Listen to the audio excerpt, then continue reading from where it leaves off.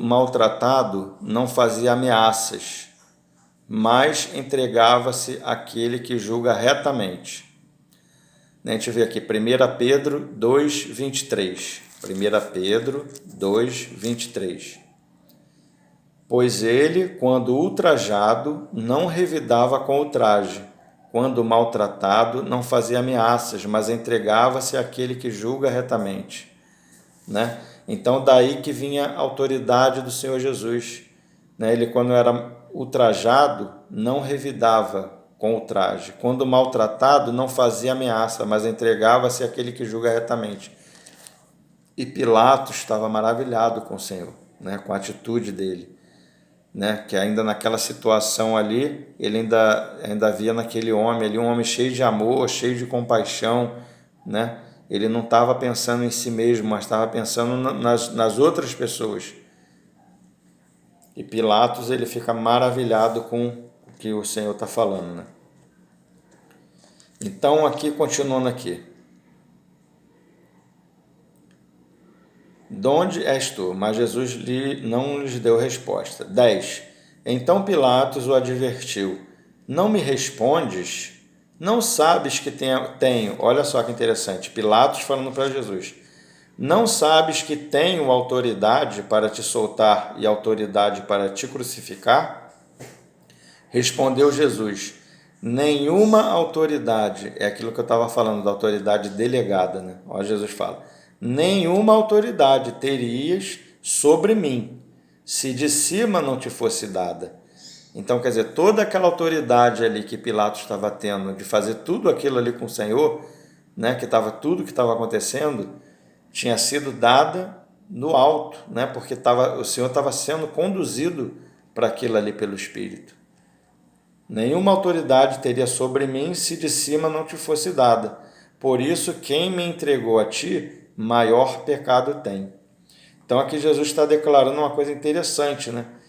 Que por Pilato ter falado aquilo ali, ele estava em pecado, porque quando ele fala que ele tem autoridade para soltar Jesus ou autoridade para crucificá-lo, ele está assumindo a responsabilidade para ele. Entende? Aí ele assume para ele aquilo ali. Então aqui, como fala, é o julgamento do Senhor Jesus, mas na verdade quem está sendo julgado, quem está tendo toda a oportunidade de ser salvo é o próprio Pilatos. Ele que está sendo julgado. Eu tenho autoridade sobre mim, Não, 10. Então Pilatos advertiu, não me respondes, não sabes que tenho autoridade. Então Pilatos aqui está afirmando, eu tenho autoridade para te soltar e autoridade para te crucificar. Então quando ele fala isso, ele está assumindo a responsabilidade para ele. Então Jesus vai falar aqui que nenhuma autoridade te seria dada se de cima não fosse dada, por isso... Aí Jesus fala, por causa disso que ele falou, que ele tinha autoridade, ele assumiu aquilo ali para ele, aí Jesus vai falar, por isso, quem me entregou a ti, maior pecado tem. Então ele está falando que aquilo daqui, por ele ter declarado aquilo dali, ele tinha um pecado, e quem me entregou a ti, maior pecado tem, que eram os judeus que tinham entregado a ele. Ele falou que o pecado dos judeus era maior do que o pecado de Pilatos, que estava assumindo ali, né, a autoridade para crucificar ele ou não. Esse era o pecado de Pilatos, ainda que inconsciente. A gente sabe lá que Levítico, né, 4, ele fala dos pecados que são por ignorância. Ainda por ignorância se peca. Né? Não é que todo pecado que a gente seja, que ignorância, que a gente não tenha consciência de que é pecado, que a gente não está pecando. Ainda por ignorância se peca sim. Né? Então, ainda que nós não tenhamos consciência disso, mas é pecado. Então, aqui esse era o pecado, ainda que por ignorância, mas ele tinha pecado, e quem tinha entregado Pilatos a eles, maior pecado tem. Agora vamos ver que pecado era esse, né? que os judeus tinham, que Jesus está falando aqui, em Mateus 21, a partir do 38. Mateus 21,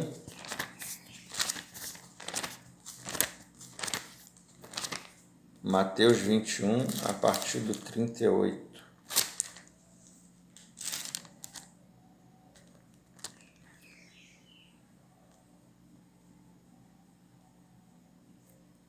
Então aqui essa é a parábola dos lavradores maus, né? Vamos ler do 33, né, para a gente entender. A parábola dos lavradores maus.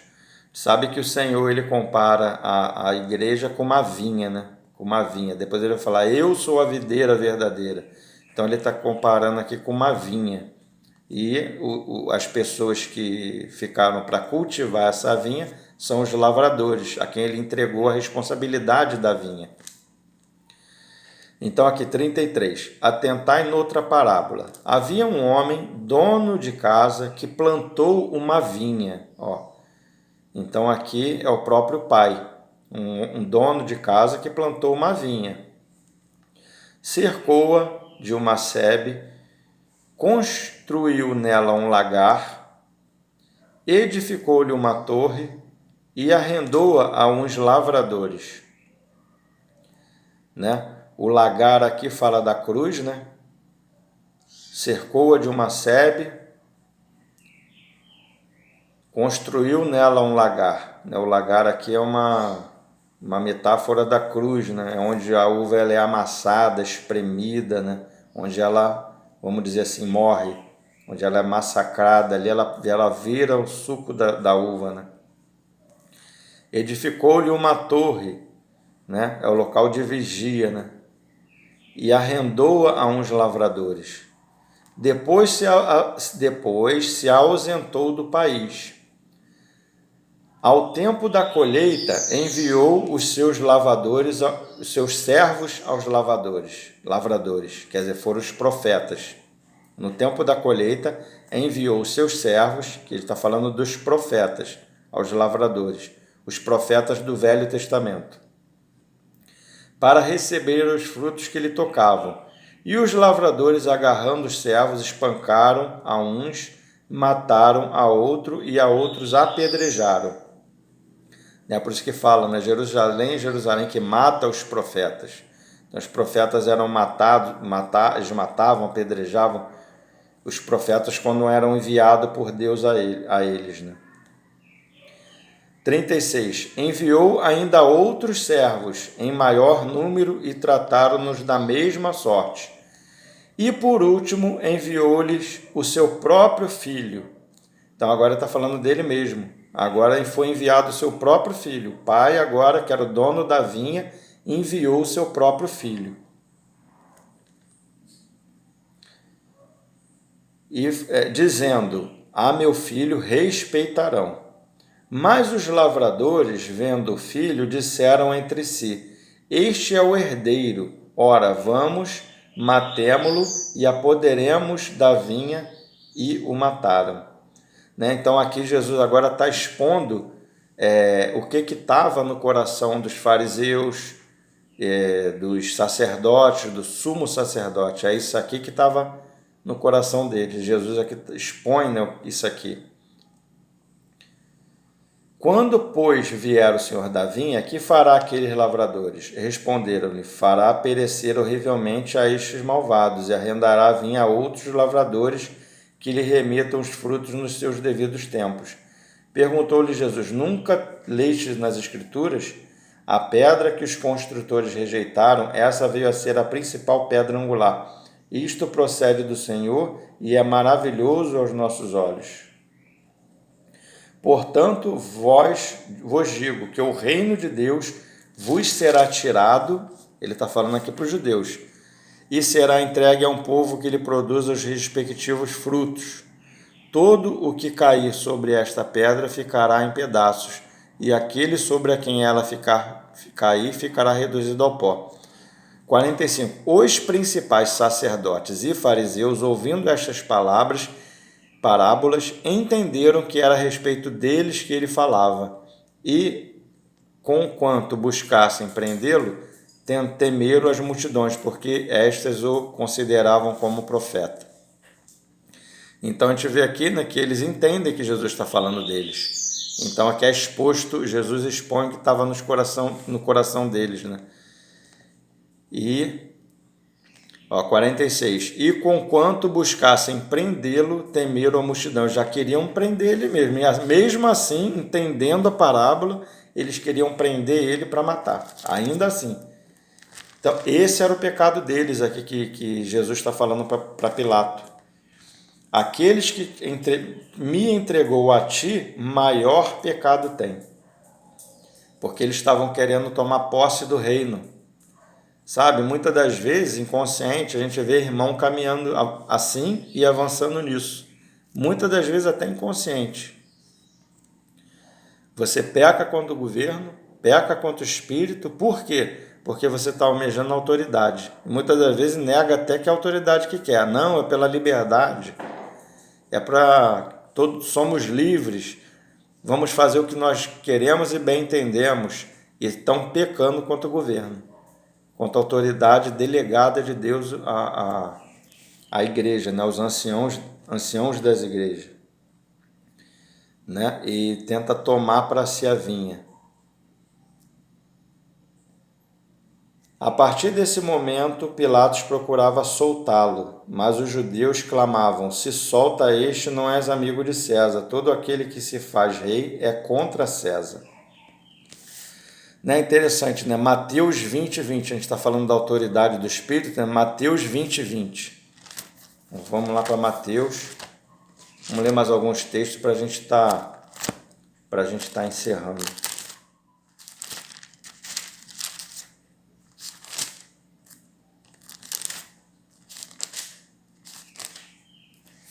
Mateus 20, a partir do 20. Então se chegou a ele a mulher de Zebedeu com seus filhos e, adorando, pediu-lhe um favor. Perguntou-lhe ele: que queres? Ela respondeu: manda que no teu reino estes meus 2 filhos se assentem, um à tua direita e o outro à tua esquerda. Mas Jesus respondeu: não sabeis o que pedis. Podeis vós beber o cálice que eu estou para beber? Responderam-lhe: podemos. Então lhes disse: bebereis o meu cálice, mas o assentar-se à minha direita ou à minha esquerda não me compete concedê-lo, é porém para aqueles a quem será preparado por meu Pai. Ora, ouvindo isto, os 10 se indignaram contra os 2, que falaram assim: poxa, eles chegaram na minha frente, pediram primeiro. Os 10 se indignaram porque todos eles queriam, um assentar à direita e outro para a esquerda. Todos eles queriam autoridade. Né? Então agora o Senhor vai explicar agora, no 25. Da mesma forma que o reino do Senhor não é desse mundo, né? A gente falou lá, né, de João lá, que o reino do Senhor, a autoridade do Senhor Jesus, ela é com relação ao aspecto da verdade. Se ouve a verdade, a ovelha ouve a verdade, percebe que a verdade é a voz do seu Senhor e segue a verdade. Não é por imposição, né, por força, por violência, mas é simplesmente porque ouve a voz do seu mestre e segue ele. É assim que é estabelecida a autoridade do Espírito. Você ouve e segue. As minhas ovelhas ouvem a minha voz. Eu as conheço e elas me seguem. Então é assim que é estabelecida a autoridade do Espírito. É você ouvir a voz, reconhecer que a voz é do Senhor, é a verdade de Deus e você segue ela. Então Jesus, chamando-os, disse: sabeis que os governadores dos povos os dominam. Então essa daqui é a autoridade dos governos mundanos, né? Os governadores dos povos os dominam, e que os maiorais exercem autoridade sobre eles. Não é assim entre vós, pelo contrário, quem quiser tornar-se grande entre vós, será este o que vos sirva. E quem quiser ser o primeiro entre vós será o vosso servo, tal como o Filho do Homem, que não veio para ser servido, mas para servir e dar a sua vida em resgate por muitos. Né? Então é aí que está a autoridade do governo do Senhor, né? Que está estabelecida a autoridade. No teu serviço, você dá a sua vida pelos irmãos. O Senhor, ele deu a vida dele pelos irmãos, né? E isso foi pela autoridade do Espírito.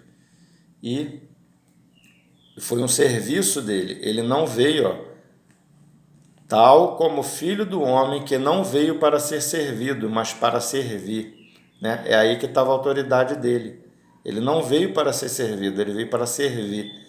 Né? Como servidor, ele tinha autoridade ali, era a autoridade de Deus que estava nele para servir.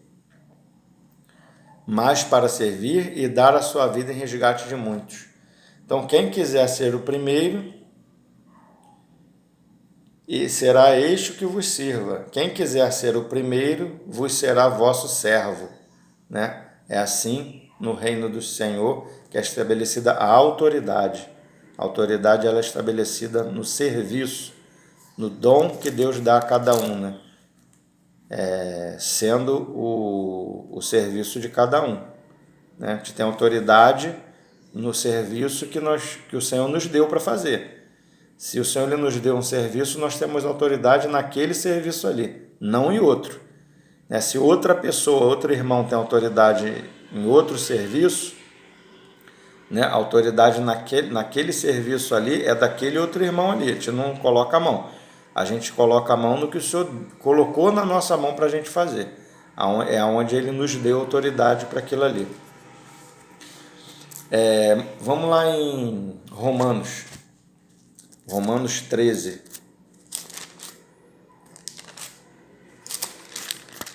A gente vai ver da autoridade delegada, né, os governadores. Já uma autoridade que não é na igreja, né? Autoridade pelas autoridades do mundo mesmo. Como eu falei no início do vídeo, toda autoridade foi estabelecida no mundo, ainda que seja uma autoridade no mundo mesmo, mas para se colocar uma ordem nas coisas. Então, toda ordenação, tudo que é colocado em ordem na sociedade, existe uma autoridade do Espírito para isso, né? 13, a partir do 1. Todo homem esteja sujeito às autoridades superiores, porque não há autoridade que não procede de Deus. Então, toda autoridade procede de Deus. E as autoridades que existem foram por ele instituídas, de modo que aquele que se opõe à autoridade resiste à ordenação de Deus, e os que resistem trarão sobre si mesmo condenação. Porque os magistrados não são para temor quando se faz o bem, e sim quando se faz o mal. Queres tu não temer a autoridade? Faz o bem e terás louvor dela, visto que a autoridade é ministro de Deus para teu bem. Entretanto, se fizeres o mal, teme, porque não é sem motivo que ela traz a espada, pois é ministro de Deus, vingador para castigar e que pratica o mal. É necessário que ele esteja sujeito, não somente por causa do temor da punição, mas também por dever de consciência. Por esse motivo também pagais tributos, porque são ministros de Deus, atendendo constantemente a este serviço. Pagai a todos os que lhe é devido, a quem tributo, a tributo, a quem imposto, imposto, a quem respeito, respeito, e a quem honra, honra. Né? Então, não existe autoridade que não proceda de Deus. A gente é confrontado todo dia com autoridade. No nosso trabalho tem autoridade. Né? Nós dirigimos, nós somos autoridade na direção. Né? O carro está sobre o nosso governo. A autoridade ali, qualquer coisa que acontecer ali, nós somos culpados, porque nós somos autoridade ali. O guarda, ele é autoridade na função dele. Uma pessoa numa repartição pública, ele é autoridade ali. Uma caixa de mercado, ele tem autoridade ali para colocar todas as coisas em ordem. Né? Quando você vai contra a autoridade daquela pessoa que está ali, né? Você está indo contra o próprio Senhor. No nosso casamento, no nosso dia a dia, nós somos afrontados com a autoridade. O cabeça da esposa é o marido, né? É o governo da casa, né? Então, nós somos confrontados todo dia, toda hora, todo instante com a autoridade de Deus em cada situação. A gente tem que aprender a ter discernimento, a discernir aonde existe a autoridade de Deus. Logicamente que onde está sendo exercida o pecado, né, algo que é contrário à vontade de Deus, ali não tem autoridade de Deus, logicamente. Eu não estou falando disso, que a gente tem que fazer cegamente, obedecer a tudo e a todo mundo, não. Mas onde tem autoridade para ordenar as coisas para serem colocadas em ordem, existe ali um mover do Espírito e uma autoridade delegada do Senhor naquela situação ali. Amém, irmão? Já me estendi muito. Vou ficar por aqui por enquanto. Depois a gente avança um pouquinho mais nesse assunto. Na próxima vez que a gente tiver a oportunidade, avança um pouquinho mais nisso aí, tá bom? Senhor, louvamos o Teu nome nessa noite, engrandecemos. Muito obrigado pela Tua palavra. Pai, nos dá ouvido de ouvir o que o Espírito diz à igreja, para que a gente tenha discernimento, Senhor, da Tua autoridade em todas as coisas, em toda situação, para que a gente tenha discernimento da Tua autoridade na igreja, para que a gente saiba se submeter aos irmãos, se sujeitar uns aos outros em amor. Pai, nos dá discernimento, Pai, de todas as coisas. Senhor, nos ajuda, Pai, a avançar em Ti mesmo, nesse assunto da autoridade, do Teu governo, Senhor, para que a gente possa crescer, Pai, exercer o nosso serviço, Pai, segundo a Tua vontade, segundo o Teu querer, Pai, segundo a Tua graça que nos foi dada, porque a Tua graça nos basta. Não queremos fazer nada de nós mesmos, mas queremos, Pai, ser filhos amadurecidos, queremos estar sempre na Tua vontade, Pai, fazendo o que Te agrada, segundo o Teu propósito eterno, Pai. Queremos avançar contigo, Senhor, não queremos fazer nada de nós mesmos. Toma esse tempo diante de Ti, Senhor, abençoa, Pai, e toda honra, toda glória, todo louvor sejam dados a Ti. Amém.